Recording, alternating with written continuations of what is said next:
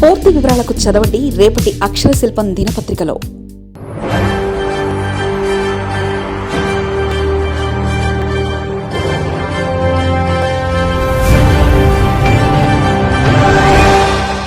ముఖ్యమంత్రి గారి దగ్గర నుంచి గౌరవ మంత్రులు, అదేవిధంగా నియోజకవర్గాల్లోని ఎమ్మెల్యేలు అందరూ కూడా ఈ 2 ఏళ్ల పరిపాలనలో జరిగిన అభివృద్ధి గురించి కానీ, పురోగతి గురించి కానీ ప్రజలకి చెప్పడం ఒక ఎత్తు అయితే, ప్రజలను కూడా భాగస్వాములను చేయాలని ఒక మంచి ఉద్దేశంతో ఈరోజు ముందుకెళ్తున్న తరుణం కూడా మీరు అందరూ చూస్తున్నారు. ఇది ప్రజాస్వామ్యం. అటు ఏదో అంటారు కదా, 2 మంచి చెడు 2 కూడా ప్రజలు గమనిస్తూనే ఉంటారు, ప్రజలు చూస్తూనే ఉంటారు. ఈ 2 ఏళ్ల కాలంలోని ఒక మహిళగా అవనివ్వండి, ఒక రాష్ట్ర హోంమంత్రిగా అవనివ్వండి, ముందు రాజకీయాల్లో ఉన్న ఒక ప్రజాప్రతినిధిగా అవనివ్వండి, నాకులాగే చాలామంది ఇంక్లూడింగ్ మీరు కూడా ఈ 2 ఏళ్లలోని 2 వేరు రాజకీయ నడవడికలు కలిగిన వ్యక్తుల గురించి కూడా మీరు చూసుంటారు.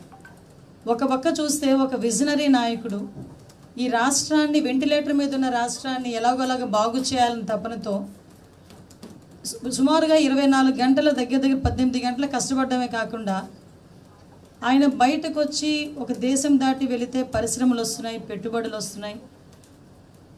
ఈరోజు అతని మొహం చూసి అతను అయితే గ్యారంటీగా సీఎంగా చంద్రబాబు నాయుడు గారు చేయగలరని నమ్మకంతో కేంద్ర ప్రభుత్వం ఇస్తున్న సహాయ సహకారాలతో అవనండి, ఒక విజనరీ నాయకుడిగా ఈ 2 సంవత్సరాల కాలంలో తను ఏం చేశాను, ఏం చేయబోతున్నాను అని కూడా ప్రజల ముందుకు ధైర్యంగా చెప్పగలిగే ఒక నాయకుడిని ఒకవైపు చూసాం. ఇంకొక వైపు ఇంకొక నాయకుడు అని నేను అన్నగాని ఒక గొడ్డలి పార్టీకి అధ్యక్షుడు. ఎందుకంటే నాయకుడు అంటే దాని అర్థం మారిపోతుంది కూడా.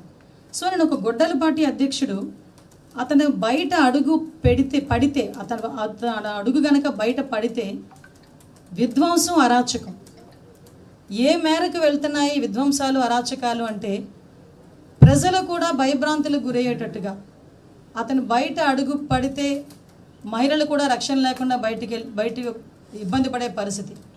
సామాన్య ప్రజలు తమ వ్యాపార లావాదేవీలు కూడా చేసుకోలేక ఇబ్బందులు పడుతున్న తరుణం.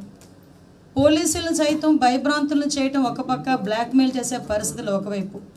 అంటే లిటరల్లీ విద్వేషాలు రెచ్చగొట్టడం, అరాచకాలు సృష్టించడం, ఉద్రిక్తలకు దారి తీయటం, ఇవి మెయిన్ ఎజెండాగా పనిచేస్తూ, అంటే ఓవరాల్గా ఈ 2 సంవత్సరాల్లో ఆంధ్రప్రదేశ్లో జరుగుతున్న, రాష్ట్రంలో జరుగుతున్న అభివృద్ధి కానీ అది చూసి ఓర్వలేక, ప్రజలు ప్రశాంతంగా ఉన్నారు అన్నది చూసి ఓర్వలేక ఈరోజు విధ్వంసాన్ని సృష్టించడానికి ఈరోజు ఏదో ఒక వంకతో, ఏదో ఒక పరామర్శ పేరుతో బయటకు వచ్చి బల ప్రదర్శన చేయడమే కాకుండా ప్రజల్ని ఏ మేరకు ఇబ్బందులు పెడుతున్నారు ఈ 2 సంవత్సరాల కాలంలో అనేది చెప్పాల్సిన బాధ్యత ఒక హోంమంత్రిగా నాకుంది, ఒక ప్రజాప్రతినిధిగా నాకుంది. ఇది నేను ఈరోజు ఇక్కడ కూర్చొని మాట్లాడుతున్నది ఏదో అతన్ని విమర్శ చేయాలి అనే ఉద్దేశం కాదు. ప్రజలు కూడా గమనించాలి, మీలాంటి వాళ్ళు కూడా గమనించాలి. ఎందుకంటే రేపొద్దున్న భవిష్యత్ అనేది మనది, మన బిడ్డలది. కాబట్టి ఈ భవిష్యత్తు మనది, మన బిడ్డలది అయినప్పుడు ఎటువంటి నాయకులు మన చుట్టూ ఉన్నారు, ఎటువంటి నాయకులు మనం ప్రోత్సహిస్తున్నాం అన్న విషయాన్ని కూడా మనందరం కూడా అర్థం చేసుకోవాలి. ఇది ప్రజాస్వామ్యం. మీరందరూ అడగచ్చు, ఏంటి బయటికి రాకూడదా? ఎస్, రావచ్చు, ఎందుకు రాకూడదు? ఇది ప్రజాస్వామ్యం. మేము ప్రతిపక్షంలో ఉన్నప్పుడు మేము ధర్నాలు చేసాం, మేము ప్రతిపక్షంలో ఉన్నప్పుడు మేము రోడ్ల మీదకి వచ్చి నిరసన తెలియజేసాం. కానీ మేము నిరసన తెలియజేసినా, మేము ధర్నాలు చేసినా ఒక పర్పస్. కానీ ఈరోజు సూటిగా అడుగుతున్నా, మీ ద్వారా, ప్రజల ద్వారా ఆ గొడ్డలపాటి నాయకుడిని కూడా ఈరోజు ప్రజాస్వామ్యం బాధ్యతగా కంపల్సరీగా మీరు బాధ్యతాయుతమైన ఒక క్వశ్చన్ అడగండి, బాధ్యతాయుతమైన ఒక విమర్శ చేయండి. మేము ఈరోజు చెప్పడానికి సిద్ధంగా ఉన్నాం, గవర్నమెంట్ ఈరోజు సిద్ధంగా ఉంది గవర్నమెంట్ చెప్పడానికి. మీరు బాధ్యతాయుతమైన క్వశ్చన్ అడిగితే ఆన్సర్ చేయడానికి ప్రభుత్వం ఎప్పుడు కూడా సిద్ధంగా ఉంది ఈరోజు. అంతేగాని ప్రజల్ని భయభ్రాంతులు చేసే విధంగా, బెదిరించే విధంగా, పోలీసుల్ని బ్లాక్మెయిల్ చేసే విధంగా ఈరోజు నేరస్తులకి వత్తాసు పలకడమే కాకుండా నేరస్తుల తాలూకా వలయాల్లో తయారు చేసి ఆ నేరస్తుల్ని పరామర్శించే పేరుతో మీరు బల ప్రదర్శనలు చేసి గంటల పాటు రోడ్ల మీదకి వచ్చి ట్రాఫిక్ ఇబ్బందులు కలిగించి ఆఖరికి అతని 2 సంవత్సరాల్లో ఆయన చేసిన దగ్గర 22 పర్యటనలో దగ్గర 3 ప్రాణాలు కోల్పోయే పరిస్థితులు వచ్చినాయంటే ఎటువంటి మెసేజ్ ఇస్తున్నారన్న సంగతి కూడా ఈరోజు మనం గుర్తుపెట్టుకోవాలి. అంటే క్లియర్ కట్గా ఈరోజు ఇన్నిసార్లు బయటకు వచ్చారు, ఇన్ని కిలోమీటర్లు రోడ్లు బ్లాక్ చేశారు, ఇంతమంది ప్రాణాలు, 3 ప్రాణాలు బలి తీసుకున్నారు, చాలామంది ఆస్తులు పోగొట్టుకున్నారు. ఇలాంటివన్నీ జరిగిన తర్వాత కూడా పబ్లిక్కి ఉపయోగపడే ఒక్క విషయమైనా జరిగిందా? ఒక పరిశ్రమ వచ్చిందా? లేకపోతే ఒక ఉద్యోగం వచ్చిందా? ఏం జరిగింది? ఒక పర్పస్ అంటూ ఉండాలి కదా. ఈరోజు ఒక గొడ్డలిపాటి నాయకుడికి కూడా ఒక పర్పస్ అంటూ ఉండాలి. అటువంటివి ఏమీ లేకుండా ఈరోజు కొన్ని ఎగ్జాంపుల్స్ మీకు చూపించాలి. ఎందుకంటే ప్రజలకి కూడా చాలా సందర్భాల్లో మా గౌరవ ముఖ్యమంత్రి గారు కూడా అంటుంటారు మరుపు అన్నది. కానీ మరుపు కాదు, మేము ప్రజలకి తెలియజెప్పాలని ఒకే ఒక ఉద్దేశంతో ఈరోజు మీకు పెడుతున్నాను, ఈరోజు చూపిస్తున్నాను. ఒకసారి ఫస్ట్ వీడియో ప్లే చేయండి అమ్మా.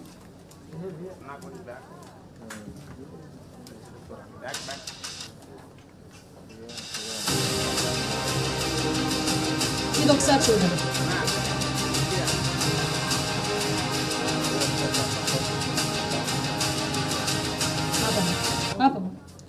ఇక్కడ మిర్చి రైతుల పరామర్శ, అది గుంటూరులోని 19 ఫిబ్రవరి 2025లో పరామర్శ పేరుతో మిర్చి రైతుల్ని గురించి పరామర్శ పేరుతో గుంటూరు మిర్చి యార్డుకి వెళ్ళారు.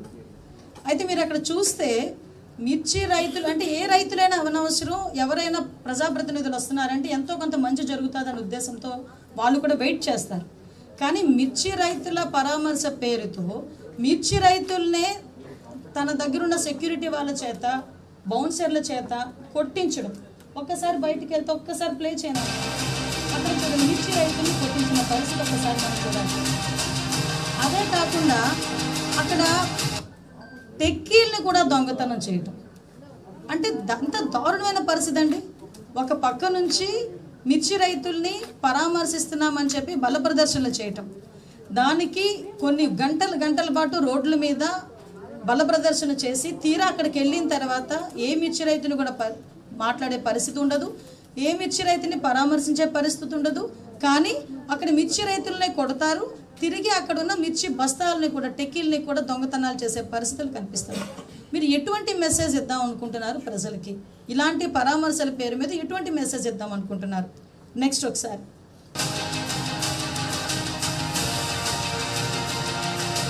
ఆపమ్మా. ఇక్కడ మీరు చూడండి, దగ్గర ద్రాప్తాడు పోల్పల్లి దగ్గర ఇంచుమించుగా, అంటే హెలికాప్టర్, అదో పెద్ద నాటకం. ఒక సిఐ మీద దాడి చేస్తారు, హెలికాప్టర్ మీద అక్కడ ఉన్న వాళ్ళు ఎవరో దాడి చేశారని చెప్పి ఒక నాటకం ఆడతారు. ఆ రోజు నాకు ఇప్పటికీ బాగా గుర్తు. అది చాలా దూరం, బెంగళూరు నుంచి కొంచెం దూరం, ఆ డిస్టెన్స్ చాలా ఎక్కువ ఉంటుంది. కాబట్టి మీరు హెలికాప్టర్లో రండి, హెలికాప్టర్లో వెళ్ళండి అని చెప్పి పోలీసులు చాలా క్లియర్గా వాళ్ళని రిక్వెస్ట్ చేశారు. ఇట్స్ నాట్ ఇన్స్ట్రక్షన్, రిక్వెస్ట్ చేశారు. రిక్వెస్ట్ చేస్తే హెలికాప్టర్లో వచ్చినట్టు వచ్చి హెలికాప్టర్ అక్కడ పెట్టి వాళ్ళ తాలూకా కార్యకర్తలతోనే ఆ హెలికాప్టర్ దగ్గర, నిజంగా ఒక హెలికాప్టర్ దగ్గర అంతమంది జనాలు ఉండొచ్చా అండి? ఒకసారి మీరే చూడండి. ఒకసారి ఇది మేము ఎస్టాబ్లిష్ చేయాలి, చూపించాలి, ప్రజలకి చూపించాలి వాళ్ళ తాలూకా నైజాన్ని. అంతమంది ఆ హెలికాప్టర్ దగ్గరికి వచ్చి వాళ్ళు నానా బీభత్సం సృష్టిస్తే మళ్ళా దాని పేరు మీద అక్కడి నుంచి బల ప్రదర్శనగా బెంగళూరు వెళ్ళిన పరిస్థితి. అంటే అక్కడ కూడా వాళ్ళు ఏదో ఫ్యాక్షన్ విషయంలో అక్కడ అతను ఆ ఫ్యాక్షన్ విషయంలో జరిగిన ఇన్సిడెంట్కి సంబంధించి పరామర్శకి వెళ్తే వాళ్ళు అక్కడ కూడా బల ప్రదర్శన చేస్తారు. ఇది వీళ్ళ తాలూకా నైజం ఒక పక్క నుంచి చెప్పాలి. నెక్స్ట్ ఒక ఇన్సిడెంట్ ఇక్కడ చూస్తే మనకి పొగాకు రైతులు 11 జూన్ 2025 పొగాకు రైతులు పేరు మీద ఆ రోజు పరామర్శకి అని పేరు చెప్పి అక్కడ కూడా సేమ్ అదే పరిస్థితి. వాళ్ళు బల్ల ప్రదర్శన చేయడమే కాకుండా అక్కడ చూడండి, రాళ్ళు, చెప్పులు, అక్కడ ఉన్న మహిళల మీద ఎలాగా దాడి చేస్తున్నారో ఒక్కసారి మీరు అబ్జర్వ్ చేయండి. అక్కడ పోలీసుల మీద దాడి చేస్తున్నారు, సామాన్య ప్రజల మీద దాడి చేస్తున్నారు. ఒక్కసారి ఆపమ్మా, అక్కడ ఒక్కసారి మీరందరూ చూడాలి, ఈరోజు ప్రజలందరూ చూడాలి, పత్రికా విలేకరులుగా మీరు కూడా చూడాలి. ఆ పొగాకు రైతులని పరామర్శిస్తాను అని చెప్పి ఆ పొగాకుని కాలితో అంతలాగా తొక్కుతూ ఉంటే కనీసం ఇది తప్పు అని చెప్పే పరిస్థితిలో కూడా ఆ గొడ్డలిపాటి అధ్యక్షుడు లేకపోవటం, ఇలాంటి నాయకత్వాలు ఉండటం నిజంగా ఆంధ్రప్రదేశ్ నిజంగా మనం చేసుకున్న దురదృష్టం అని అనుకోవాలి. ఆ పొగాకు రైతులు ఎంత బాధపడి పండిస్తే ఆ పంటను తీసుకొచ్చి కాలు కింద తొక్కుతూ అది ఎందుకు పనికి రాకుండా చేసిన పరిస్థితులు మనం గమనించాలి. పేరుకి పరామర్శ, బయటకు వస్తే మహిళల మీద విచక్షణారహితంగా రాళ్ళు రువ్వి దాడి చేసి అడ్డుపడిన పోలీసుల్ని సైతం లెక్క చేయకుండా దాడి చేశారంటే వీళ్ళ తాలూకా నైజాన్ని ప్రజలు కూడా అర్థం చేసుకోవాలని మీ అందరికీ కూడా నేను క్లియర్గా అందుకే ఒకసారి చూపిస్తున్నా. నెక్స్ట్ ఇక్కడ ఒకసారి ఆగాలి, ఇది తెనాలిలో ఒక గాంజా బ్యాచ్ రౌడీ షీటర్స్. వీళ్ళని పోలీసులు వాళ్ళ ట్రీట్మెంట్ వాళ్ళు చేస్తున్నారు. ఈ రోజుల్లోని గాంజా అన్నది రౌడీ షీటర్లు అన్న వాళ్ళు ప్రజల్లోకి వచ్చి ఎంత హింసని ప్రేరేపిస్తున్నారో మీ అందరికీ కూడా తెలుసు. దాని మీదనే ఎన్డీఏ గవర్నమెంట్ వచ్చిన తర్వాత గాంజా మీద ఉక్కుపాదం మోపాలి అని చెప్పి సపరేట్గా ఒక ఈగల్ అని చెప్పి మేము స్థాపించి దాని ద్వారా గాంజా కల్టివేషన్ని జీరో చేసి గాంజాని అరికట్టే పొజిషన్స్లో ఈరోజు మేము దఫదఫాలుగా మేము ముందుకెళ్తూ ఉంటే, అలాంటి గాంజా తీసుకొని గాంజా బ్యాచ్ వాళ్ళని రౌడీ షీటర్లని పరామర్శకని పేర్లు చెప్పి వాళ్ళని చిన్నపిల్లలు అని చెప్పి గాంజా బ్యాచ్ని ప్రోత్సహిస్తూ ఉంటే ఏం మెసేజ్ ఇస్తున్నారండి మీరు? నాకు అర్థం కావట్లేదు. ఎటువంటి మెసేజ్ ఇస్తున్నారు అంటే గాంజాలు తీసుకోండి, గాంజాలు తాగండి, రౌడీల్లా బయటకు తిరగండి, అమ్మాయిలు నేర్పించండి, ఆడబిడ్డలు నేర్పించండి అని చెప్పేసి మీరు చెప్తున్నారా? ఇదా మీరు ఇస్తున్న సందేశం? ఒక నాయకుడు అయ్యా అని మొన్నటి వరకు అనుకున్నాం, కానీ ఈరోజు నాయకుడు కాదు, కేవలం ఒక గొడ్డలి పార్టీకి అధ్యక్షుడిగా నువ్వు చేస్తున్న అరాచకాలు కానీ నువ్వు ఇస్తున్న మెసేజెస్ కానీ ఎలా ఉన్నాయి అన్నది చాలా క్లియర్గా చూపించే బాధ్యత కూడా మేము తీసుకోవాలి ఈరోజు. ఒక్కసారి చూడండి అది.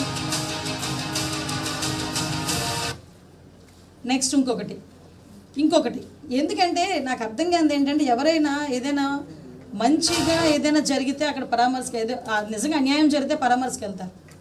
ఇక్కడ చూస్తే ఒక బెట్టింగ్లోని ఒక వ్యక్తి చనిపోయాడు.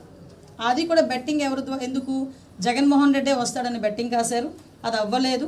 సో అప్పుల బాధ something what ever it maybe ఏం జరిగినా అతను చనిపోయాడు. చనిపోయిన తర్వాత అతని విగ్రహం ఆవిష్కరణకి ఈయన వెళ్ళాడు.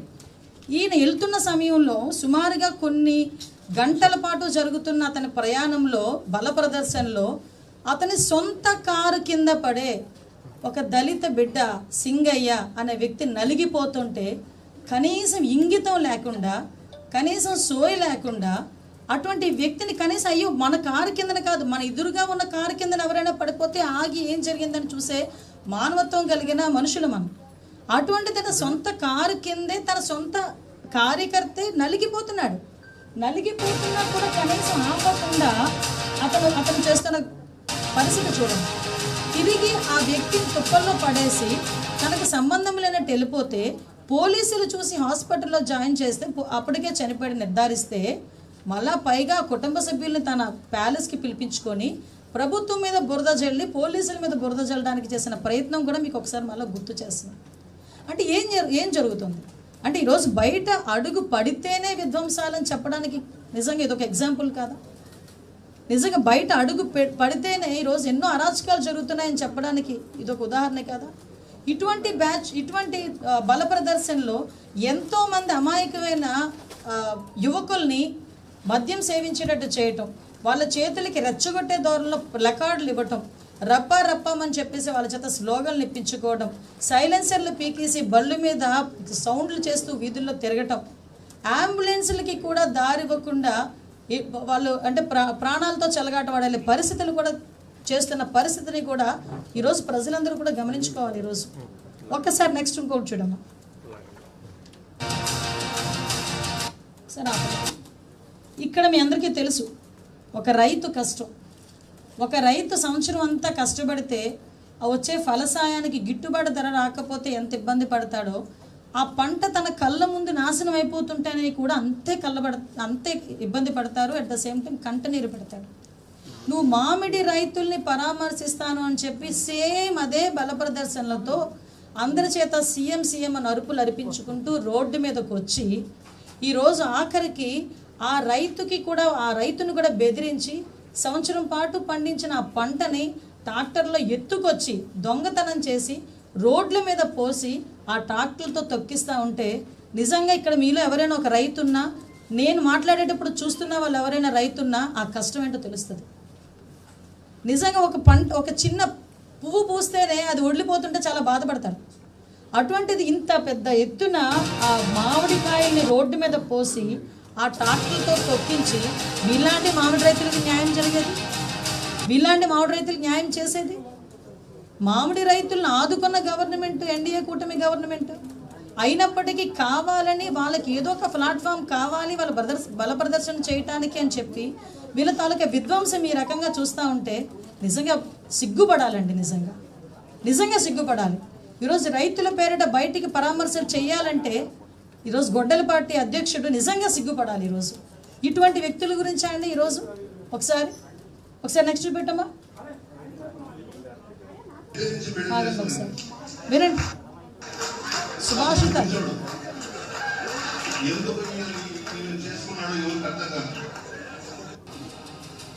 ఒక ప్రజాప్రతినిధి, మహిళా ప్రజాప్రతినిధి, ఆవిడ ఒక సిట్టింగ్ ఎమ్మెల్యేని నోటికొచ్చినట్టు బూతులు తిడితే కేసులు పెట్టమా అండి? జైలుకి వెళ్ళరా? అటువంటి వ్యక్తిని పరామర్శించడానికి వస్తారు. అటువంటి వ్యక్తిని ఏ మొహం పెట్టుకొని పరామర్శిస్తావు?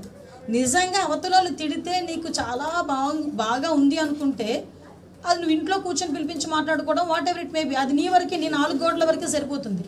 కానీ బయటకు వచ్చి అటువంటి వ్యక్తుల్ని ప్రోత్సహిస్తున్నావా? ఆ మాటల్ని నువ్వు సమర్థిస్తున్నావా? ఆ మహిళని కించపరిచే విధంగా మాట్లాడడం, క్యారెక్టర్ అసోసియేషన్ చేసి మాట్లాడడం, అదేవిధంగా అతను నీచంగా జుగుప్సాకరంగా మాట్లాడడాన్ని సమర్థిస్తున్నట్టేనా దీని అర్థం? అటువంటి వ్యక్తులను కూడా పరామర్శించడానికి వెళ్ళి బల ప్రదర్శన చేసిన ఇటువంటి గొడ్డలి పార్టీ అధ్యక్షుడిని ఏమనాలో ప్రజల తగలకు విచక్షణకు వదిలేస్తున్నాను ఈరోజు.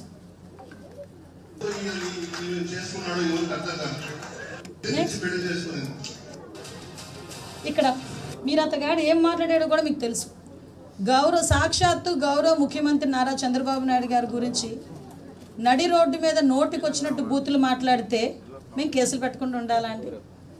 మాట్లాడితే వాళ్ళు చేసే తప్పులన్నీ వాళ్ళు చేస్తారు, వాళ్ళు మాట్లాడాల్సిన విచక్షణ లేని మాటలన్నీ మాట్లాడతారు, బూతులన్నీ తిడతారు, మళ్ళీ బయటకు వచ్చి మమ్మల్ని రాజకీయ కక్షతో మమ్మల్ని అరెస్ట్ చేశారని మాట్లాడతారు. సిగ్గనిపించట్లేదా? నిజంగా మీకైనా ఒకసారి ఆలోచనకు చేసే జ్ఞానం ఉందా? మీ కుటుంబ సభ్యులైనా ఇటువంటి మాటలు సమర్థిస్తారా? అటువంటి వ్యక్తిని వెళ్ళి ఈరోజు పరామర్శించడానికి గొడ్డలి పార్టీ అధ్యక్షుడు పోతాడు అంటే, ఒక నాయకుడు హోదాలో ఉన్నవాడు ఒక మాట చెప్పినా, ఒక పని చేసినా నలుగురికి ఆదర్శంగా ఉండాలి అనుకుంటాం. కానీ ఈయన ఎటువంటి మెసేజ్ ఇస్తున్నారు? ఒక పక్క ఆడబిడ్డల గురించి నీచంగా మాట్లాడి సమర్థిస్తాడు వెళ్ళి, ఒక బూతులు మాట్లాడే వాళ్ళని సమర్థించి వాళ్ళకి వెళ్ళి పరామర్శలు చేస్తాడు. అక్కడ కూడా ఎన్ని గంటలు పట్టిందో మీ అందరికీ తెలుసు. ఆ దారి పొడిని ఇక్కడ నుంచి తాడేపల్లి అతని ఇంటి దగ్గర నుంచి గుంటూరు వెళ్ళేదానికి ఎన్ని గంటలు పట్టిందో మీ అందరికీ తెలుసు. ఎంత బల ప్రదర్శన చేశాడో మీ అందరికీ తెలుసు. నెక్స్ట్ చూడండి వాళ్ళ తాలూకా. ఆగండి అమ్మ. అతగాడు మాట్లాడి సమర్థిస్తున్నది ఎవరినో తెలుసా? సాక్షాత్తు కల్తీ మద్యం కేసులో నిందితుడు. ఒక కల్తీ మద్యం కేసులో నిందితుడిని పరామర్శించడానికి వెళ్ళి అటువంటి వ్యక్తిని పక్కన కూర్చోబెట్టుకొని, పక్కన నుంచోబెట్టుకొని అతను ఏదో వీరుడు సూర్యుడు అన్నట్టు మాట్లాడటమే కాకుండా సేమ్ బల ప్రదర్శన. అతను బల ప్రదర్శన చేయటానికి ఏది అనర్హం కాదు అని చెప్పడానికి ఇది ఒక ఉదాహరణ. అతను ఏదైనా అంటే ఒక నేరస్తుడిని పరామర్శించడానికి వెళ్ళినప్పుడు అదే బల ప్రదర్శన చేస్తాడు. ఎక్కడికైనా ఎవరైనా చనిపోయినా పరామర్శించడానికి వెళ్ళినప్పుడు కూడా అదే బల ప్రదర్శన చేస్తాడు. అంటే ఇలాంటి వ్యక్తుల్ని పరామర్శించడానికి వెళ్ళి అటువంటి వ్యక్తుల్ని ప్రోత్సహించి అటువంటి ప్లెకార్డులు పట్టుకునేటట్టుగా చేసిన ఇటువంటి ఒక నిజంగా చెప్పాలంటే ఒక గొడ్డలి పార్టీ అధ్యక్షుడిని ఏమనాలో ఒకసారి మీరు అందరూ కూడా అర్థం చేసుకోండి. నెక్స్ట్ కమనమ్మా, ఆగండమ్మా. ఇక్కడ మీ అందరికీ చెప్పాలి. మొన్న రీసెంట్గా తెలుసు మీ అందరికీ కూడా, మొన్న సిదిరి అప్పలరాజు ఎక్స్ మినిస్టర్ వాళ్ళ అబ్బాయి ఒక యాక్సిడెంట్ చేసి దానయ్య అని ఒక గొర్రెల కాపరిని యాక్సిడెంట్లో అతను చనిపోయాడు. ఆ కొడుకుని రక్షించుకోవాలన్న తపనతో వేరే వ్యక్తిని అక్కడ పెట్టి పోలీసులను కూడా మభ్యపెట్టిన కారణంగా అతని మీద కేసు పెడితే చనిపోయిన వారి ఇంటికి వెళ్ళి వీళ్ళు పరామర్శించరండి.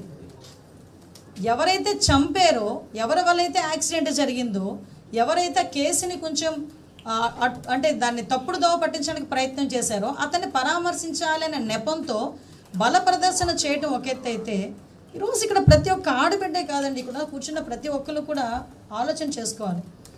ఒక మహిళా ఎస్ఐ డ్యూటీలో ఉంది, తన పని తను చేసుకుంటుంది. లా అండ్ ఆర్డర్ విషయంలో ఎక్కడా కూడా రాజీ పడే ప్రసక్తి లేదు, చాలా మంచి పిల్ల. అటువంటి అమ్మాయి తన విధి నిర్వహణలో జస్ట్ ఒక్కసారి వచ్చి మీరు ఆగండి అని చెప్పిన పాపానికి ఏ రకంగా అమ్మాయిని చుట్టుముట్టి ఆ అమ్మాయి మీద అసభ్యకరంగా చేతులు వేసి ఒక మహిళా పోలీస్ అండి, ఒక మహిళా పోలీస్. ఇక్కడున్న ప్రతి ఒక్కరు, నేను ఎందుకు ఈ మాట పర్టికులర్గా చెప్తున్నానంటే మీలాగే ఇక్కడ కూర్చున్న చాలామంది మహిళా జర్నలిస్టులు నాకు మెసేజ్ పెట్టారు, అక్క మహిళా ఎస్ఐ మీద ఎలా జరిగితే రేపు పొద్దున మీరందరూ ఉన్నారని మేము బయటకు వచ్చి జర్నలిజం చేసుకుంటున్నాం, మా పరిస్థితి ఏంటి రేపు పొద్దున మా ఒంటి మీద చేయి పడితే అని వాళ్ళు క్వశ్చన్ చేస్తూ ఉంటే ఎస్ ఒక్కసారి కనీసం తర్వాత వాళ్ళు ఎలాంటి కవరప్లు ఇచ్చుకున్నారో మీకు తెలుసు. ఆ అమ్మాయికి ఏదో ఒంట్లో బాగాలేదని పక్కకి తీసుకెళ్లే పద్ధతి అదా అండి? ఒక్కసారి పక్కకి తీసుకెళ్లే పద్ధతి అదా? ఇక్కడున్న ఎవరైనా సమర్థిస్తారా? టీవీల ముందు కూర్చొని చూస్తేనే ఎవరైనా సమర్థిస్తారా ఇటువంటి రాజకీయాల్ని, ఇటువంటి వ్యక్తులను సమర్థిస్తారా? కనీసం బయటకు వచ్చి కనీసం ఒక్క మాట అక్కడ ఆ అమ్మాయి గురించి కానీ అటువంటి చేయడం తప్పని కూడా చెయ్యలేని పొజిషన్లో గొడ్డలపాటి అధ్యక్షుడు ఉన్నాడా? ఒక్కసారి ఆలోచించాలి. అంటే ఇలాంటివి ఎన్నో ఇష్యూస్ మేమందరం కూడా ఈరోజు మేము చూస్తుంటే నిన్న మీ అందరికీ తెలుసు, ఒక రోజున జోగి రమేష్ ని పరామర్శించే పేరుతో జగన్మోహన్ రెడ్డి గారు చేస్తున్న ఈ అరాచకం చూస్తుంటే ఇంతకుముందు మీరు నిన్నటిది మీ అందరికీ తెలుసు, అక్కడ పొగాకు రైతుల్ని పరామర్శించాలి అని చెప్పేసి వెళ్ళారు. అంటే పొగాకు రైతుల్ని పరామర్శిస్తే డైరెక్ట్గా మార్కెట్ యార్డ్కి వెళ్తావు, అక్కడ రైతులతో కూర్చోబెడతావు, మాట్లాడతావు, నీ కష్టం ఏంటని అడుగుతావు, బయటకు వస్తావు. అంతేగాని నీ నాయకులు రోడ్ల మీద కూర్చొని మందు తాగుతా, పెద్ద పెద్ద బాటిల్తో రోడ్ల మీద మందు తాగుతారు. అక్కడ మందుల షాపులో ఫుల్గా మందులు తాగడం, బయటికి రావటం, రప్పారప్పం అని అరవటం, సీఎం అని అరవటం, బయటకు వచ్చి రోజు అంటే రోజు ఆ ఇడ్లీ పాత్ర లేకపోతే ఆ టిఫిన్ కూడా నడుపుతేనే కానీ పూట గడవని ఒక లేడీకి సంబంధించిన షాపుని ఏ రకంగా ధ్వంసం చేశారో ఆవిడే బయటకు వచ్చి మాట్లాడే పరిస్థితి కనిపిస్తూ ఉంది.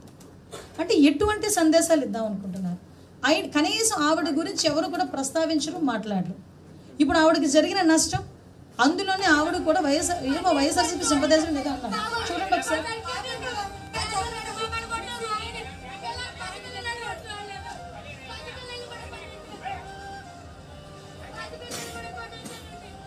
ఆవిడ బతుకెంత అండి పాపం. ఆవిడ ఏమాత్రం ఆవిడ పరిస్థితి చెప్పండి. ఏ రోజుకి ఆ రోజు ఆవిడ అమ్ముకుంటేనే ఆ రోజు ఆవిడ తినగలదు, ఆ కుటుంబం తినగలదు. విచక్షణ రహితంగా దాడి చేయటం ఒక ఎత్తు. చూడండి, దేవతామూర్తుల ఫోటోలు కూడా కాలికేసి కొట్టి తొక్కడం. నేను ఒకటే అడుగుతున్నా, ఎలాంటి మెసేజ్ ఇద్దాం అనుకుంటున్నారు?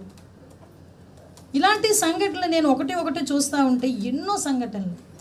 ఇది నాయకుల తాలూకా నైజం అయితే, వాళ్ళ తాలూకా అంటే ఆ అధ్యక్షుడి తాలూకా నైజం ఇదంతా అయితే, లిటరలీ చెప్పాలంటే వాళ్ళ నాయకులు ఒక పక్క నుంచి ఒక ఎమ్మెల్యే, ఒక ఎక్స్ఎమ్మెల్యే కిడ్నాపులు చేస్తాడు, ఇంకొక ఎమ్మెల్యే డైరెక్ట్గా దళితుల ఇంట్లోకి వెళ్ళి దళితుల ఇంట్ల మీద దాడి చేసి వాళ్ళ కొడుకుతో సైతం వెళ్ళి దాడి చేసి అక్కడున్న మహిళల తాలూకా బట్టలు చింపుతాడు.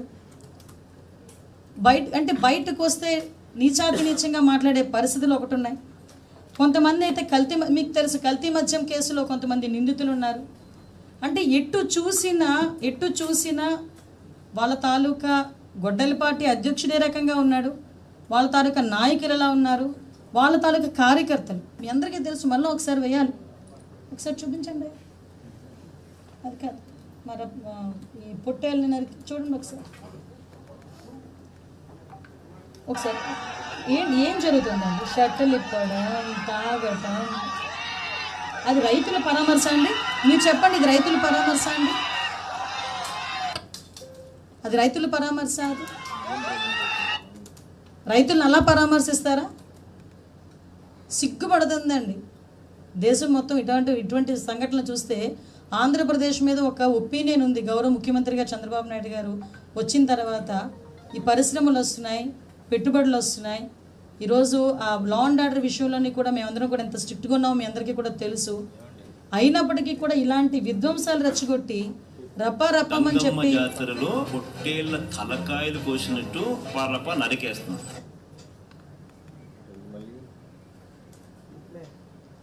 ఒకడేమో బయటకు వస్తాడు, బొట్టన వేలు రక్తం కోసుకుంటాడు, జగన్మోహన్ రెడ్డి ఫోటోకి గొడ్డలిపాటి అధ్యక్షుడి ఫోటోకి బొట్లు పెడతాడు. ఇంకొకడు వస్తాడు, పెద్ద కేక్ పెడతాడు పుట్టినరోజు అని. మామూలు కత్తులు, ప్లాస్టిక్ కత్తులు పనికిరావు వాళ్ళకి, పెద్ద పెద్ద తల్వార్లు కావాలి. ఆ తలవార్లతో గుచ్చుతారు, కట్ చేస్తారు. ఇంకా వాళ్ళకి ఆశ తీరినట్టుగా పొట్టేళ్ళని అక్కడే నరుకుతారు. ఆ రక్తం తీసుకెళ్ళి ఫ్లెక్సీల మీద వేస్తారు. ఫ్లెక్సీలు ఏమో రెచ్చగొట్టే దూరంలో ఫ్లెక్సీలు పెడతారు. ఆ నీచంగా మాట్లాడటం. నేనేమంటానంటే ఈరోజు ఆంధ్రప్రదేశ్ పరిస్థితి, ఈరోజు నిజంగా చెప్తున్నానండి, లాస్ట్ 19 to 24 ఇక్కడ ఒక కథ చెప్పాలండి. మీ అందరికీ తెలిసిన కథే, కాకపోతే గుర్తు చేయాలని చెప్తున్నాను. మీకు పురాణాల్లో భస్మాసురుడు తెలుసు. భస్మాసురుడు చాలా నిబద్ధతతో, చాలా అంకుటితమైన దీక్షతో తపస్సు చేస్తాడు. దేనికి తపస్సు చేస్తాడంటే శివుడు ప్రత్యక్షం అవ్వాలి, నాకు మంచి వరం ఇవ్వాలి అని కోరుకుంటాడు. నిజంగా అతని తపస్సుకి మెచ్చి శివుడే ప్రత్యక్షమయ్యి ఏ వరం కావాలి నాయన అంటే, నేను ఎవరి తల మీద చేయి పెడితే వాళ్ళు భస్మం అయిపోవాలి అని మంచి కోరుకున్నాడు. ఆయన ఉద్దేశంతో మంచి కోరిక అంటే శివుడు కాసేపు ఆలోచించాడు, కానీ పోన్లే నా భక్తుడు కదా, మంచి కోరిక కోరాడు, పోన్లే ఇచ్చేద్దామని చెప్పేసి ఇచ్చేశాడు. ఆ వరం తీసుకున్న తర్వాత అతనికి అహంకారం ఎక్కువైపోయింది. ఎందుకు, నన్ను మించినోడు ఎవడూ లేడు, నేను ఎవడు తల మీద చేయబెడతాడు చచ్చిపోతాడు, కాబట్టి నన్ను మించినోడు ఎవడూ లేడని అహంకారం తలకెక్కి ఏకంగా ఎవరి తల మీద చేయబెడదాం అనుకున్నాడు. ఎవరైతే వరం ఇచ్చారో ఆ శివుడు తల మీద చేపెట్టి శివుడిని అంతం చేద్దాం అనుకున్నాడు. ఆఖరికి శివుడు ఏం చేశాడు, ఇలాంటి అహంకారులందరూ కూడా ఇక్కడ ఉండకూడదని చెప్పి అతని తల మీద అతనే తల పెట్టుకునేటట్టుగా చేసి అతని నాశనాన్ని అతనే తినుకొని తీసుకొచ్చేటట్టుగా శివయ్య చేశాడు. దీన్ని బట్టి అర్థమైందండి నేను ఏం చెప్పబోతున్నాను, ఏం చెప్తున్నాను అర్థమైందా? 2019 నుంచి 24 వరకు ఒక్క ఛాన్స్ అని చెప్పి ప్రజల చుట్టూ తిరిగి ఆ ప్రజలు ఓకే అని చెప్పి 151 సీట్లు ఇస్తే ఆ రోజు అదే అరాచకం, ఆ రోజు అదే విధ్వంసం. ఆ రోజు ప్రజలు ఎవరు కూడా శుక్రవారం శనివారం వచ్చిందంటే ఏ గోడ కూలుస్తారో తెలియదు, ఏ పోలీసులు వచ్చి తీసుకెళ్తారో తెలియదు, ఎవరిని అరెస్ట్ చేస్తారో తెలియదు, ఎవరి మీద దాడి చేస్తారో తెలియదు, ఏ మహిళ మీద అత్యాచారాలు చేస్తారో తెలియదు, ఎవరిని బూతులు తిడతారో తెలియదు. 5 సంవత్సరాలు బిక్కుమంటూ బతికి ఒక్కసారిగా 2024 ఎలక్షన్లో ప్రజలందరూ కూడా ఎన్డీఏ కూటమి గవర్నమెంట్ని ఈరోజు వాళ్ళు ఆశీర్వదించి 164 సీట్లు మాకు ఇచ్చి కూర్చోబెట్టిన తర్వాత ఈరోజు మేము ఆ రోజు ఎన్డీఏ కూటమి గవర్నమెంట్ ప్రమాణ స్వీకారం చేసిన దగ్గర నుంచి కూడా ఈ రోజు వరకు మేము చెప్పుకోవడానికి నిజంగా పేజీలు సరిపోవండి. ఈరోజు అమరావతి నిర్మాణం కానీ, పోలవరం నిర్మాణం కానీ, భోగాపురం ఎయిర్పోర్ట్ కానీ, ఒక పక్క నుంచి ఎన్నో పరిశ్రమలు పెట్టుబడులు తీసుకురావటం కానీ, ఉద్యోగ కల్పనలు కానీ, డిఎస్సి ఇవ్వటం కానీ, కానిస్టేబుల్ పోస్ట్ రిక్రూట్మెంట్ కానీ, ఈరోజు అన్ని చాలా ఇష్యూస్లో ఈరోజు పురోగతి మీద మేము ముందుకు తీసుకెళ్తా ఉంటే దాన్ని చూడలేక కనీసం బుద్ధి రావాలి ఎవరికైనా. అంటే చాలామంది ప్రజల మ్యాండేట్ని ఏం చూసుకుంటారంటే మనం ఏం తప్పులు చేసామన్నది ముందుకు చెక్ చేసుకుంటారు. కానీ ఆ చెకింగ్ అనేది ఎక్కడ కూడా లేకుండా ఈ గొడ్డలిపాటి అధ్యక్షుడు మళ్ళా తిరిగి అదే సేమ్ నైజాన్ని ఈరోజు ప్రయోగించడం. అతని వెనకాతలు ఏంటి ట్యాగ్ అంటే ఒక గొడ్డలి పార్టీ, ఒక పార్టీ ఉంది, ఆ పార్టీ అధ్యక్షుడు అన్న ఒకే ఒక కారణంతో ఈరోజు బల ప్రదర్శన చేసే పరిస్థితుల్లో ఈరోజు ఎక్కడికి వచ్చినా విధ్వంసాలు సృష్టించడం, ఉద్రేకాలను ప్రేరేపించడం, అరాచకాలు సృష్టించడం చేస్తూ ఉంటే మేము చూస్తూ ఊరుకోవాలా? ఈరోజు మేము చర్యలు తీసుకుంటా ఉంటే ఎవరో సైడ్ ఒక మనిషి బయటకు వస్తాడు, రెడ్ బుక్ రాజ్యాంగం. చట్టం తన పని తను చేసుకెళ్తుంది. ఇది రెడ్ బుక్ రాజ్యాంగం కాదు, ఇది ప్రజాస్వామ్యం, అంబేద్కర్ రాసిన రాజ్యాంగం.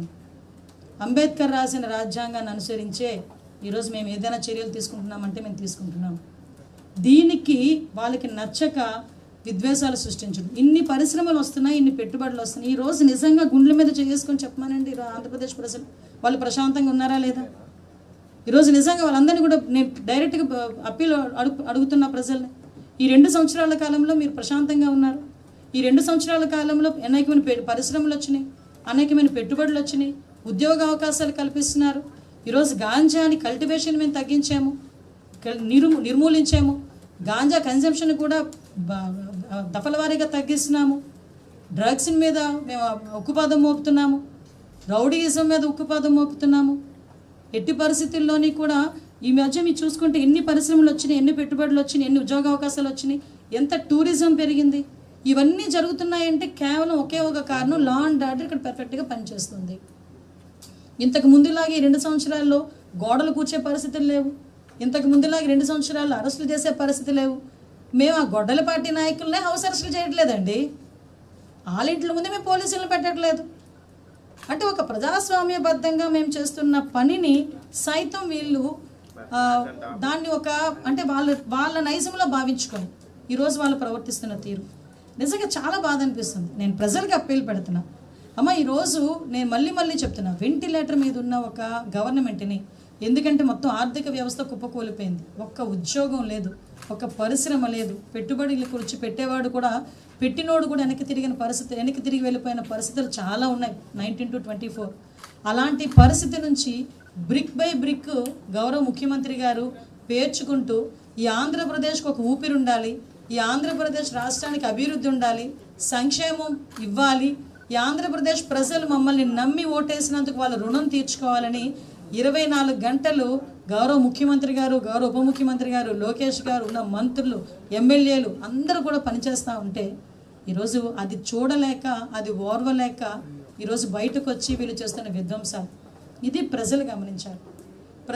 ప్రజలందరూ ఎందుకు నేను అప్పీల్ పెడుతున్నానంటే, ఒక మహిళని, పైగా హోంమంత్రిని, నాకు ఆ బాధ్యత ఉంది. ఈరోజు ఇటువంటి విధ్వంసకారుల్ని కనుక మనం ప్రోత్సహిస్తే మన భవిష్యత్తు ఏంటి, మన బిడ్డల భవిష్యత్తు ఏంటి? నిన్నో మొన్నో వచ్చి ఒక మాట్లాడతాడు, నా దగ్గర జంజీస్ అందరూ నాయన ఖాతలే ఉన్నారు అని. ఆయన దగ్గర ఉన్నది జంజీస్ కాదండి, గాంజా బ్యాచ్ అండి ఆయన వెనకాతలు ఉన్నది. ఎందుకు నేను ఈ మాట అంటున్నానంటే, ఎస్ మా తరం కానీ, మా నెక్స్ట్ తరం కానీ, ఆ నెక్స్ట్ తరం ఇప్పుడు మా పిల్లల తరం కానీ జంజీస్ జెనాల్ఫాస్ వాళ్ళకంటూ ఒక చిన్న క్లారిటీ అయినా ఉంది. కనీసం ఇటువంటి క్లారిటీ లేకుండా బాధ్యత లేని వ్యక్తిగా ఇతని రాష్ట్రాన్ని ఒక విధ్వంసం సృష్టించడమే కాకుండా ఏ రకంగా బిహేవ్ చేస్తున్నాడన్న సంగతి కూడా మనం అందరం కూడా అబ్జర్వ్ చేసుకోవాలి. ఇలాంటి వ్యక్తుల్ని కనుక మళ్ళీ మనం ప్రోత్సహిస్తే మన భవిష్యత్తు ఏంటి, మన బిడ్డల భవిష్యత్తు ఏంటి, ఆంధ్రప్రదేశ్ రాష్ట్ర భవిష్యత్తు ఏంటి అన్న సంగతి కూడా మనందరం కూడా ఆలోచించుకోవాల్సిన అవసరం ఉంది. ఒకవైపు మీరు అందరూ చూస్తున్నారు, ఒకవైపు ఏమో చూస్తే అభివృద్ధి రాజకీయాలు కనిపిస్తున్నాయి, ఒకవైపు చూస్తుంటే వివాదాలు, విద్వేషాలు రెచ్చగొట్టే రాజకీయాలు ఒకవైపు కనిపిస్తున్నాయి, ఒకవైపు చూస్తుంటే పెట్టుబడులు, ఉద్యోగాలు, పరిశ్రమలు కనిపిస్తున్నాయి, ఇంకొక వైపు చూస్తే ప్రతి పర్యటనలోని కూడా ఉద్రిక్తలు ఉంటున్నాయి, ఆరోపణలు ఉంటున్నాయి, ఘర్షణలు ఉంటున్నాయి. నోరిప్పితే అబద్ధాలు తప్పించి గొడ్డలి పార్టీ అధ్యక్షుడి నోటి నుంచి ఇంకొక పదం రాదు. ఒక పక్క నుంచి శాంతి భద్రతలు మేము బలోపేతం చేయాలని మా గవర్నమెంట్ మేము చేస్తుంటే, అదే అంశాన్ని ఒక రాజకీయ సంఘర్షణ కింద మార్చి పోలీసులు సైతం బ్లాక్మెయిల్ చేసే పరిస్థితుల్లో ఈరోజు ఆ గొడ్డలి పార్టీ అధ్యక్షుడు ఉన్నాడంటే ప్రజలకు కూడా అప్పీల్ పెడుతున్నా, అమ్మ మనం ప్రజాస్వామ్యంలో ఉన్నాం, ప్రజలు కూడా నిర్ణయించుకోవాల్సి ఒకటే, రాష్ట్ర అభివృద్ధి అన్నది అభివృద్ధి రాజకీయాలతో ముందుకెళ్ళాలా లేకపోతే ఇలాంటి విధ్వంసాలతో ముందుకెళ్ళాలి. ఈరోజు అభివృద్ధి రాజకీయాలు, అభివృద్ధిలోని సంక్షేమంతో ముందుకెళ్ళాలి అనుకుంటున్న నాయకులు కాబట్టే ఈరోజు మేము ఎన్ని జరుగుతున్నా ఒక పక్క నుంచి అభివృద్ధి ముందుకు తీసుకెళ్ళాలి, సంక్షేమం ఇవ్వాలి, ఇలాంటి అరాచక శక్తుల నుంచి రాష్ట్రాన్ని కాపాడాలి. వీటన్నిటినీ కూడా మేము కూలంకషంగా పనిచేసిన సందర్భం. అంటే ఏదో మీకు అందరికీ తెలియాలి, గౌరవ ముఖ్యమంత్రి గారి గురించి నాకన్నా ఇక్కడ ఉన్న చాలామందికి పెద్దలకి చాలామందికి తెలుసు. ఫ్యాక్షన్ రాజకీయాలని కంట్రోల్ చేసిన వ్యక్తి గౌరవ ముఖ్యమంత్రి చంద్రబాబు నాయుడు గారు, నక్సలిజాన్ని కంట్రోల్ చేసిన వ్యక్తి గౌరవ ముఖ్యమంత్రి చంద్రబాబు నాయుడు గారు, రౌడీయిజాన్ని, కమ్యూనల్ వైలెన్సెస్ని ఈరోజు కట్టడి చేసిన వ్యక్తి గౌరవ ముఖ్యమంత్రి చంద్రబాబు నాయుడు గారు. అటువంటిది వీళ్ళని ఏ రకంగా కట్టడి చేయాలో చంద్రబాబు నాయుడు గారికి తెలియదు అనుకుంటున్నారు? కంపల్సరీగా చేస్తాం. ఒకటి మాత్రం గుర్తుపెట్టుకోవాలి, ఇంకొకటి కూడా అతని వెనకాతలు తిరిగే వాళ్ళకి కూడా నేను చెప్తున్నా, అతని వెనకాతలు పంపించే తల్లిదండ్రులకు కూడా చెప్తున్నా, అమ్మ సొంత బాబాయినే అధికార కుర్చీ గురించి చంపించిన వ్యక్తి, సొంత చెల్లిని రాజకీయాల్లో అతనికి ఊపిరినిచ్చిన సొంత చెల్లినే ఏమీ కాదు అని చెప్పి ఆస్తి గురించి బయటకు నెట్టిన వ్యక్తి, కన్న తల్లినే ఇంట్లోంచి బయటకు పంపించేసిన వ్యక్తి. అటువంటి వ్యక్తి నువ్వు వెనకాతలు పంపిస్తే నీ బిడ్డకు ఆసరాగా ఉంటాడు అనుకుంటున్నావా? లేకపోతే వాళ్ళ భవిష్యత్తు గురించి ఆలోచిస్తాడు అనుకుంటున్నావా? ఒక్కసారి మీరు కూడా లాజికల్గా ఆలోచించండి.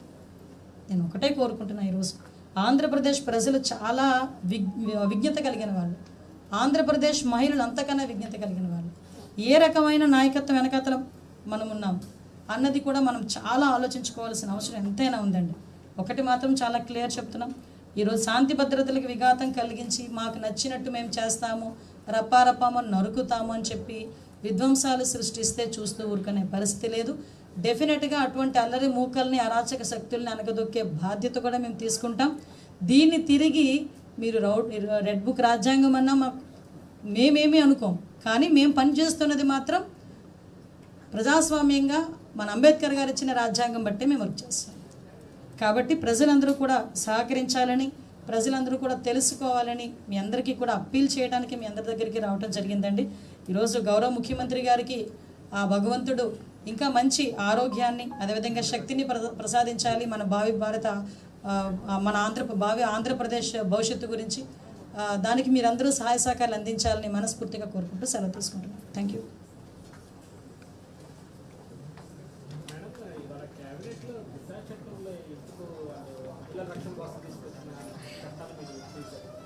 అమ్మ, యాక్చువల్గా మీ అందరూ కూడా అప్పుడు కూడా ఉన్నారు.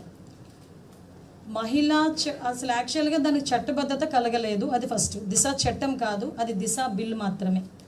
అది చట్టబద్ధత అయితే జరగలేదు. దానికి సంబంధించి ఏదైనా ఒక చట్టాన్ని చట్టబద్ధత కలగాలి అంటే అది రాష్ట్రపతి ఆమోదం కావాలి, సెంట్రల్ గవర్నమెంట్ దానికి ఆమోదం పొందాలి. సో అది వెళ్ళేటప్పుడు చాలా సందర్భాల్లో వాళ్ళు వెనక్కి తిరిగి పంపించడం, తిరిగి వీళ్ళు ప్రాపర్ వేలో వాళ్ళు ఇచ్చిన క్వశ్చనరాకి కూడా వాళ్ళు సమాధానం చెప్పలేకపోవటం, ఇవన్నీ కూడా జరిగినాయి. యాక్చువల్గా ఈ బిఎన్ఎస్ఎస్ ఏదైతే వచ్చిందో మనకి 23లో దానికి సంబంధించి యాక్చువల్గా ఏదైతే ఈ దిశ బిల్లులో ఉన్నాయో అందులో మ్యాక్సిమం పాయింట్స్ అన్ని అందులో కవర్ అయినాయి. కాబట్టి సపరేట్గా ఇది అవసరం లేదు అని కేంద్ర ప్రభుత్వం నుంచి వచ్చిన తర్వాత ఈ బిల్లుని డ్రాప్ చేయడం జరిగింది. ఒకటి చెప్తున్నా, దిశ అన్న ఒక్క పేరుని పెట్టుకొని దిశ చట్టం రాకుండానే దిశ పోలీస్ స్టేషన్లు పెట్టారు. దిశ చట్టం లేకుండానే దిశ పోలీసులని కన్వర్ట్ చేశారు. దిశ చట్టం లేకుండానే దిశ వెహికల్స్ అని కొన్నారు. దిశ అనే చట్టం లేకుండానే దిశ చట్టంతో మేము అది చేసేసాం ఇది చేసేసాం మాట్లాడుతున్నారు. నేను నిజంగా ఈరోజు ఒక విషయం కూడా చెప్పాలి. ఈ బిఎన్ఎస్ఎస్ ఏదైతే ఉందో దాన్ని బేస్ చేసుకొని ఈరోజు మీరు అబ్జర్వ్ చేసుకుంటే మ్యాక్సిమం పోక్సో కేసుల్లో కానీ కొన్ని కేసుల్లో కానీ వితిన్ 6 monthsలోనే కన్విక్షన్స్ పడే పరిస్థితులు కూడా కనిపిస్తున్నాయి. వీళ్ళ దగ్గర 15 రోజులు ఇన్వెస్టిగేషన్ పూర్తి అవ్వాలి, 20 రోజుల్లో శిక్ష పడిపోవాలనే సందర్భాలు కూడా దిశ యాక్ట్లో పెట్టారు. నేను ఒకటి చెప్తున్నా, పోలీసులకి కనీసం ఫింగర్ ప్రింట్ అథెంటికేషన్ సిస్టమ్కి సంబంధించి రెన్యువలే చేయలేని వాళ్ళు ఇన్వెస్టిగేషన్ 15 రోజుల్లో పూర్తి చేయాలి అని టార్గెట్లు పెడితే ఎవరు చేయగలరండి? అంటే అది కేవలం పేపర్ మీద చేయడానికి తప్పించి, పేపర్ మీద చూపించుకోవడానికి తప్పించి చిత్తశుద్ధి లేదు అని చెప్పడానికి ఇది ఒక ఉదాహరణగా మనం చెప్పచ్చు.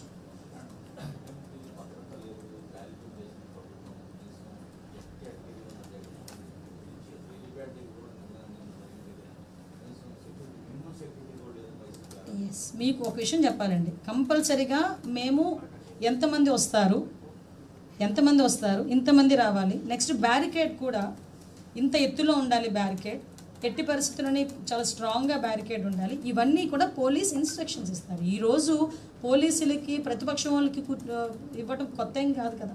ఎప్పటి నుంచో పోలీసు ఉద్యోగం అందరికీ కూడా వాళ్ళు రక్షణ కల్పించే విధంగా ఉంటారు. వాళ్ళు ఉన్న నామ్స్ని వాళ్ళు డీవియేట్ చేసి, మీరు ఇందాకే వీడియోస్ చూపించారు, పోలీసులను కూడా తోసుకుంటూ వెళ్ళిపోయి కావాలని చెప్పి విధ్వంసాలు సృష్టించడానికి ప్రయత్నం చేస్తున్న వాళ్ళని ఎలాగ వీళ్ళు మాట్లాడతారండి? ఏదో అంటారు కదా, నిద్రపోతున్న వాడినైనా ఫుల్గా నిద్రపోతున్న లేపచ్చు, నిద్రపోతున్నట్టు నడుస్తున్న వాళ్ళని లేపలేమంటారు. సేమ్ యాస్టీస్గా వీళ్ళు నిజంగా నామ్స్ పాటించే వాళ్ళకైతే నామ్స్ చెప్పినా వాళ్ళకి అర్థమవుతుంది. మేము రాము. మొన్న రీసెంట్గా ప్రధానమంత్రి గారి ప్రోగ్రాం జరుగుతుంది 1వ తారీఖున. ఆ ప్రోగ్రాం జరుగుతున్న నేపథ్యంలో ఆ రోజు సిద్దిరప్పలరాజు అనే నేరస్తుడిని పరామర్శించడానికి వస్తున్నాడు అంటే ఎస్పీ గారు చాలా క్లియర్గా చెప్పారు, ఈ టైంలో మీరు వచ్చినా ఇవ్వకపోయినా మేము వస్తాం. అది వాళ్ళు ఇచ్చిన సమాధానం. పోనీ వచ్చిన వాళ్ళు సిద్దిరప్పలరాజుని పరామర్శించారా అంటే లేదు. ఒక ఆడబిడ్డ మీద ఎలాంటి ప్రవర్తన చేశారో మీరు అందరూ కూడా చూశారు. అంటే నేను ఏమంటానంటే, వాళ్ళు మితిమీరిన దాన్ని ఏమంటారంటే అహంకారం అవనేయండి, లేకపోతే పైశాచికత్వం అవనేయండి, ఒక విధ్వంసాన్ని సృష్టించాలనే తపనతోనే బయటకు వస్తున్నాడు ఆయన. అదే ఇంటెన్షన్. ఆ ఇంటెన్షన్ ఉండేటప్పుడు ఎంతమంది పోలీసులు ఇస్తే, మేము యాజ్ పర్ రూల్ ప్రకారం Z+ కేటగిరీకి ఎవరైతే ఉన్నారో వాళ్ళు యాజ్ పర్ దట్ ప్రకారం మేము ఇస్తున్నాం. యాజ్ పర్ రూల్ ప్రకారం మేము ఇస్తున్నాం. అంతకు మించి డీవియేషన్ అయితే ఏది లేదు.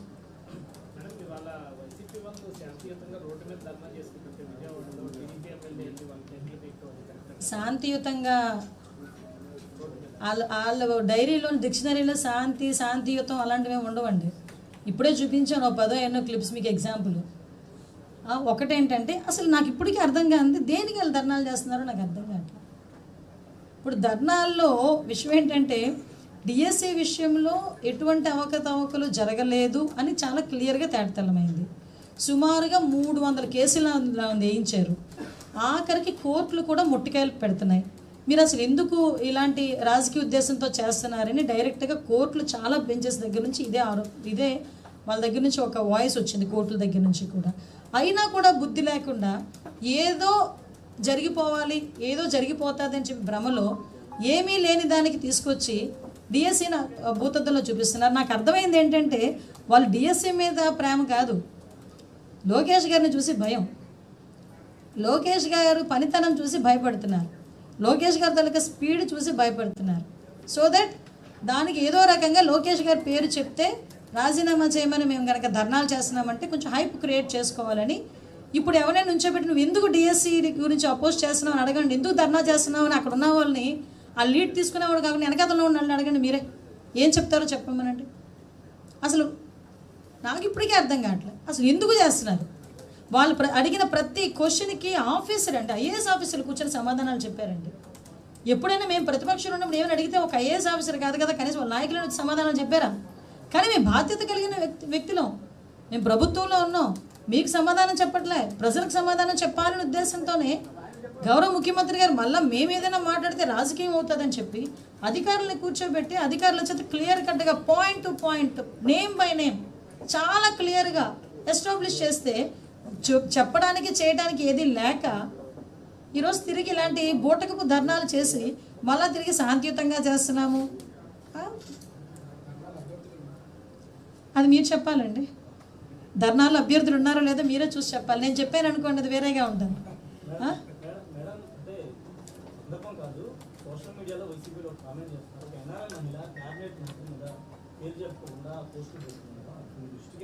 సంతోషం, మీరు కూడా చెప్పారు పేరు చెప్పకుండా అని, అదే పరిశీలిస్తున్నామమ్మా.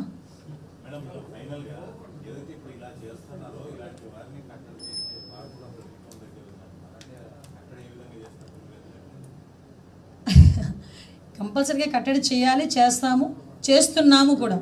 ఆ సంగతి వాళ్ళకి కూడా తెలుసు. కాబట్టి ఇంకొంచెం రాజకీయ కక్ష అని పదే సార్లు మాట్లాడుతున్నారు. ఏమండి, ఒక ఆడబిడ్డను నోటుకు వచ్చినట్టు మాట్లాడితే వెళ్తారు, రిమాండ్కి వెళ్తారు, కేసులు పెడతాం. ఒక ప్రజాప్రతినిధి నుంచి మాట్లాడితే కేసులు పెట్టమా? అలాంటి మీరు ఒక మాట అడిగారు. నేనేమంటానంటే ఇలాంటి అరాచక శక్తుల్ని ఎలా అనగదొక్కాలో గౌరవ ముఖ్యమంత్రి గారికి తెలుసు, గవర్నమెంట్కి తెలుసు. అట్ ద సేమ్ టైం నేను ఇక్కడికి వచ్చి అప్పీల్ పెట్టింది కూడా ప్రజలకి ఏంటంటే ఇలాంటి అరాచక శక్తుల్ని మేము ఎలా కంట్రోల్ చేస్తున్నాము, వాళ్ళు ఎలాంటి అరాచకాలు చేస్తున్నారన్న విషయం కూడా ప్రజలకు తెలియజెప్పాలనే ఉద్దేశంతోనే మేము రోజు కూర్చోవచ్చు.